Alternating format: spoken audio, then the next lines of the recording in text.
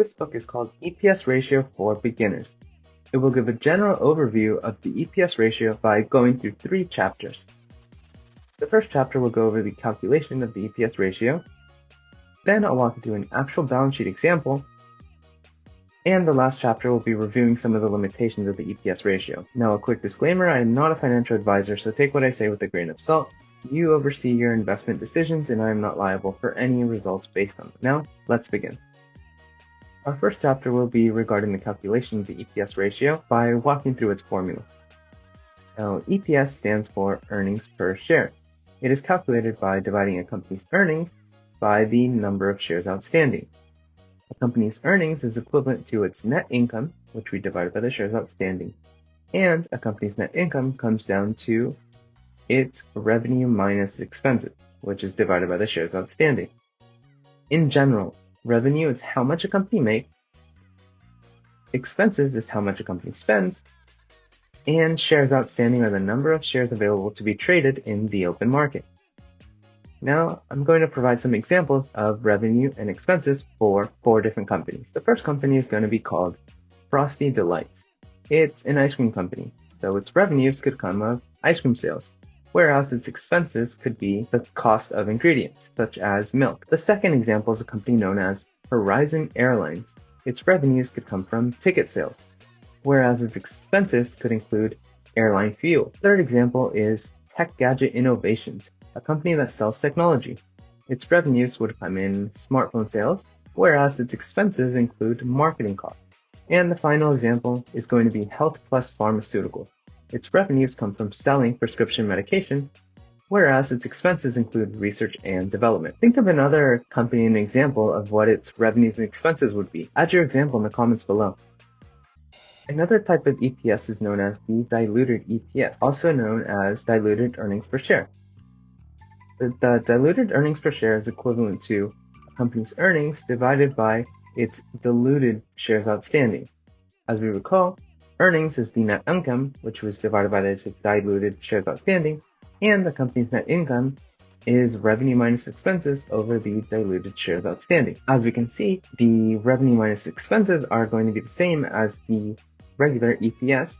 The only difference with the diluted EPS is that we divide the revenue and expenses by the diluted shares outstanding. I'll clarify this with a visual representation. So just as a reminder, revenue is the money made, expenses is the money spent, and diluted shares outstanding are the shares in the open market, both direct and indirect. Now, what do I mean by this? Well, the simple EPS includes the number of shares available to be traded in the open market.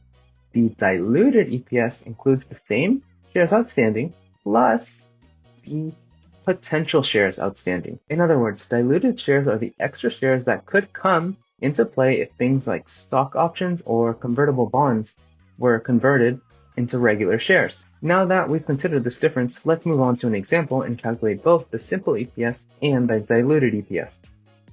I'll now walk you through an actual balance sheet example for the company known as Apple. Now, remember, this is not a recommendation to buy, sell, or hold Apple. It is simply an example of how to use Apple's balance sheet to calculate its EPS and diluted EPS for a given quarter. I am just using the current numbers on its website to calculate the EPS.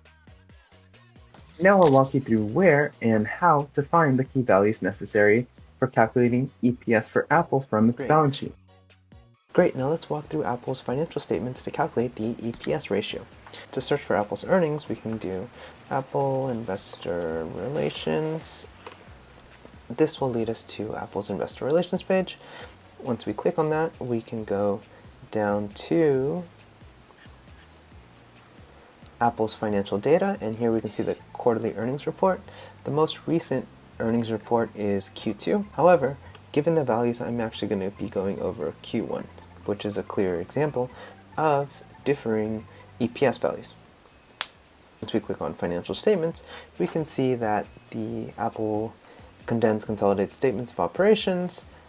Here we have Apple's net sales, cost of sales, operating expenses, operating income, net income, earnings per share, shares used in computing earnings per share. Here we can see how much Apple made in this quarter and how much it costed. So how much Apple made is actually its net sales. Here we have that from its products, Apple made $96,458 millions of dollars. From its services, it made $23,117 millions of dollars, and thus its total net assets, which is composed of products and services, is equivalent to $119,575 millions of dollars. Now, this is the net sales. How much did this cost Apple? Here we have the cost of sales. So the cost of the products, right, is going to be $58,440 millions of dollars. The cost of its services is going to be $6,280 millions of dollars.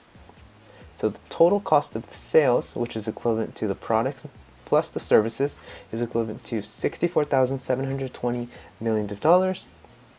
And once we subtract the total cost of sales from the total net sales, we have $119,575 minus $64,720, which is our gross margin, or $54,855 millions of dollars.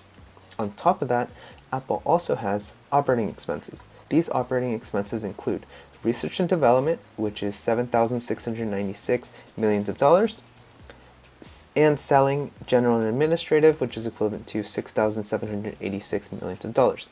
Apple's total operating expenses were $14,482 millions of dollars. Thus, Apple's operating income, which is the gross margin subtracted by the total operating expenses, is equivalent to $40,373 millions of dollars.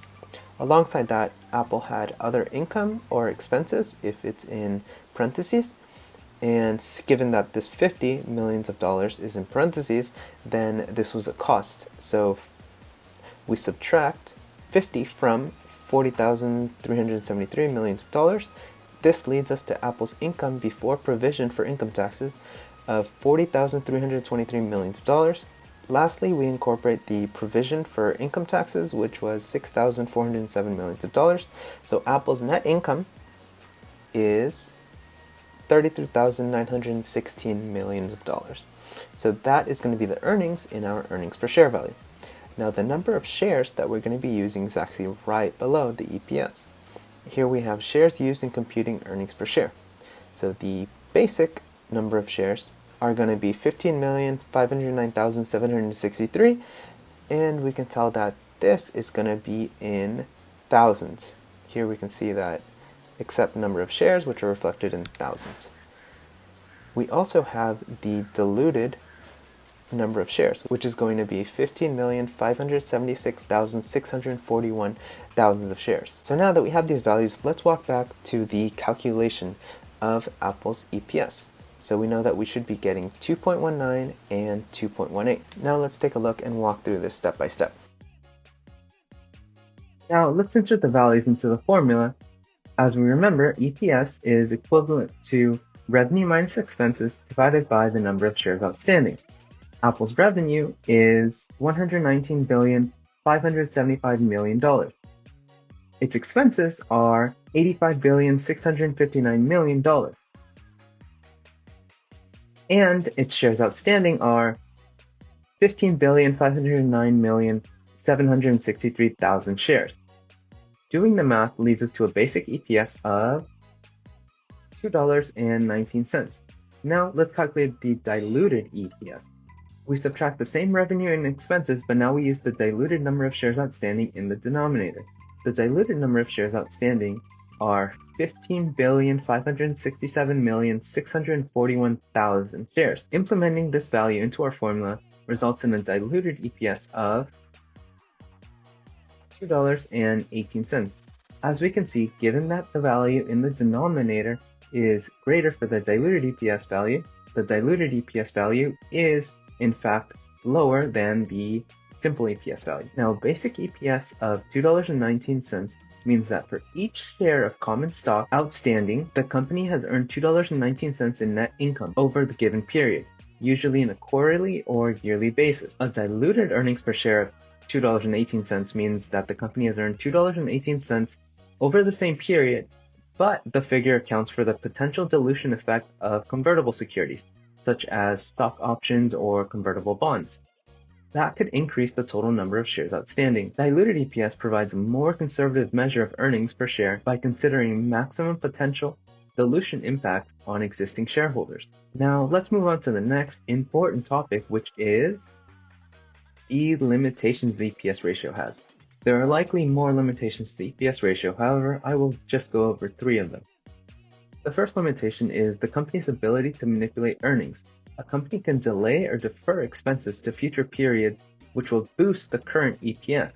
This can include postponing necessary maintenance costs, R&D expenditures, or marketing expenses. Another limitation is a company's ability to control the number of shares in the calculation.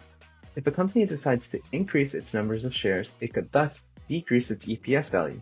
On the other hand, if a company decreases its numbers of shares, it can increase its EPS value. Lastly, there's the concept of changing conditions. The COVID pandemic is an example of when a company's prior earnings may have been positive, and the pandemic led to their costs exponentially increasing and their earnings becoming negative, in which case their positive EPS ratio would make the company seem profitable until the next quarter, when the earnings turn negative, which could lead to a drastic change in sentiment regarding the company. And one more note before the conclusion is a quick shout out of credits. Thanks to Slides Carnival and Unsplash for free resources. And finally, thanks to you for sticking with me throughout the video. If you want to learn more about how the EPS is used to calculate the PE ratio, click on my next video here. Make sure to drop a like and subscribe for more videos coming up soon. Happy investing, and until next time.